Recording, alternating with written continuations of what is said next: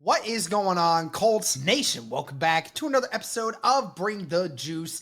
Guys, wanted to bring you an update video here. The Indianapolis Colts, they have their practice.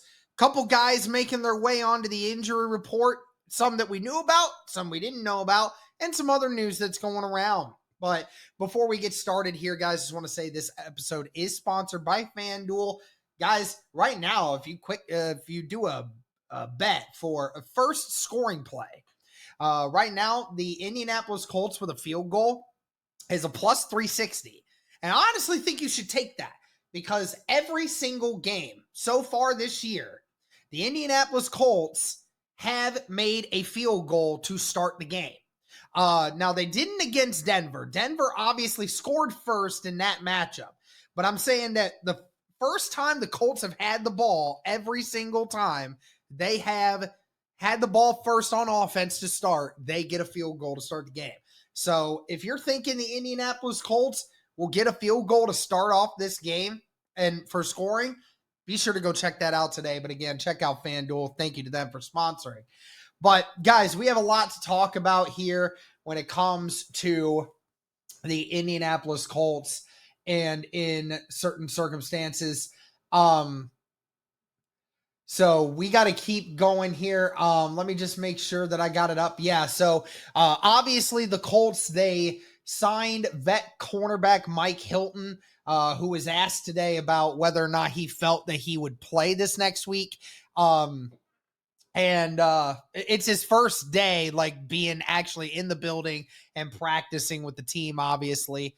So a lot of new faces, a lot of new experiences for him, but Mike Hilton did believe that he will likely get a good amount of time in at corner in this upcoming week. So that definitely makes a lot of sense for sure. And then going into the injury report, I want to make sure that I get it here. So couple things. First of all, Alec Pierce in concussion protocol. We figured that was going to happen. Odds are we obviously are not expecting Alec Pierce to return this week. It will very likely not happen. Odds are he might return next week. Most likely will return next week, but then again, there's still the possibility he doesn't. It all depends on how bad the concussion was. But as far as I'm concerned, if you're thinking Alec Pierce is going to play in this game, just get it out of your mind that he's probably not. So there's that. We kind of expected it. Now, the Kenny Moore situation, that one is interesting here. So we already made a video talking about Kenny Moore and his calf. So Stephen Holder and a couple other people mentioning Colts coach Shane Steichen says cornerback Kenny Moore II's calf injury is also affecting his Achilles, so they will proceed very cautiously there. Still says IR is not in the cards at this moment, but he is definitely very questionable for this week and won't practice today. Now, when I hear that statement, and the third sentence is very important there. Again, I'm like 99.9% sure that Kenny Moore is not practicing this week and will not play on Sunday. Okay, so for anyone that reads a quote like that and says that he's definitely very questionable, yes, the Colts have not already designated him out because obviously they don't intend to put him on the IR. Because if they put him on the IR, then he has to miss the next 4 games.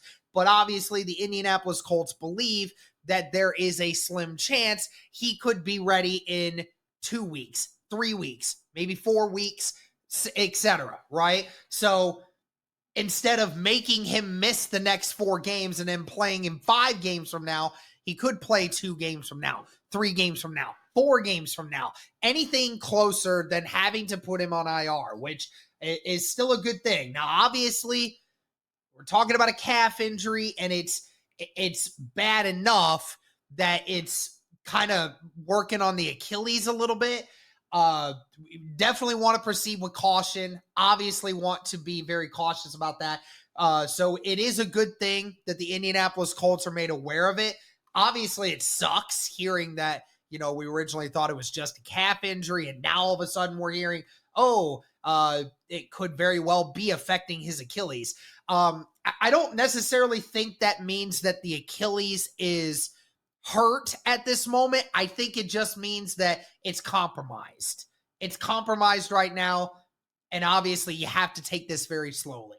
So obviously the Colts are probably going to have to wait a couple weeks before they can start even attempting to test Kenny Moore right now. But nevertheless, the Colts are on top of it. We kind of expected with the signing of Mike Hilton that Kenny Moore was going to miss some time. So obviously did not practice today for him. So those were the two guys that were put on there for a time that we figured was going to happen. So yeah. Anyways, Rigoberto Sanchez on there. It was a personal matter. So he didn't practice today. Don't know what that was, but nevertheless, personal matter. I wouldn't worry too much. Xavier Howard did not practice. It was a rest day for him. So all in all, nothing crazy there. The next two, that's the important ones here as well, because they're two guys that we did not expect when it comes to this. Now, the first name I'll mention is DeForest Buckner. Okay. DeForest Buckner is on there now.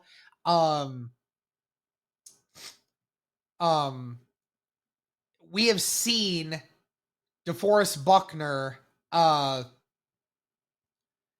this sort of injury before and not practice and still play on Sundays. Okay, so I'm not too worried about it. Again, remember how I said last week when I talked about Downs and when I talked about Warren not practicing on Wednesday, right? This is kind of the same thing. I would imagine that DeForest Buckner will likely practice in some limited capacity on Thursday and maybe even Friday, and then we'll have that questionable tag on him, but will likely play on Sunday. That's just my opinion on it. I don't know how bad this is. I doubt it's terrible because, again, he played all throughout the game on Sunday, and we never heard anything other than that. So, again, DeForest has had these issues before. I wouldn't worry too much about it right now. I mean, completely honest with you, Colts Nation. I'm just letting you know. Now, the other one here, this is the interesting one, and it's definitely somewhat concerning, and that was Matt Gonsalves, who was actually out. He was out on the field today in a walking boot. He has a toe injury, and no, it's not turf toe. Okay, so calm down. It's not turf toe, at least not from what they're telling us. He just has some sort of toe injury, and the Colts have him in a walking boot right now just to alleviate the pressure and the swelling on that foot. So I wouldn't worry too much about that one either because, again, we've seen times where Quentin Nelson has had that happen, where he started off the week in a walking boot. I think even Braden Smith has had that happen. And they play later that next week. Thankfully, for offensive linemen, they're not jumping off of those feet or anything like that. I obviously know their feet are very important, of course, but those guys are built a little differently in how they use that. So right now, again, I wouldn't be too concerned about it either. You got to wait until Thursday to see if he practices in some sort of capacity. So again, Alec Pierce, Kenny Moore, doubt that you'll see them at all this week. Rigo and Xavier, wouldn't worry about those guys. DeForest and Gonsalves, again, some concern. I wouldn't worry too much right now, though. Again, it's one of those, you got to wait till Thursday and Friday and see what happens, okay? So, again, not ideal, of course, but it is what it is, and we'll continue to move on from there.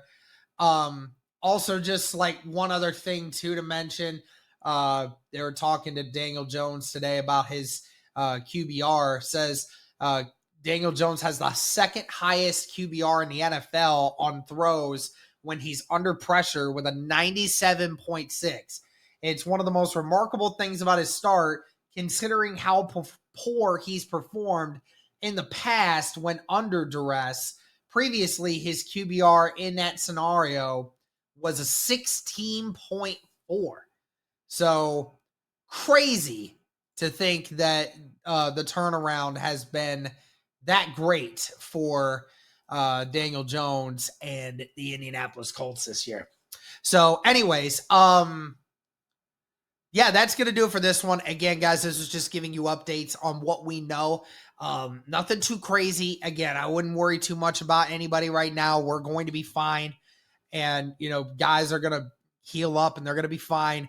So all in all, it could be a lot worse if you're an Indianapolis Colts fan right now, even though it does suck to see quite a few names, big names on that list.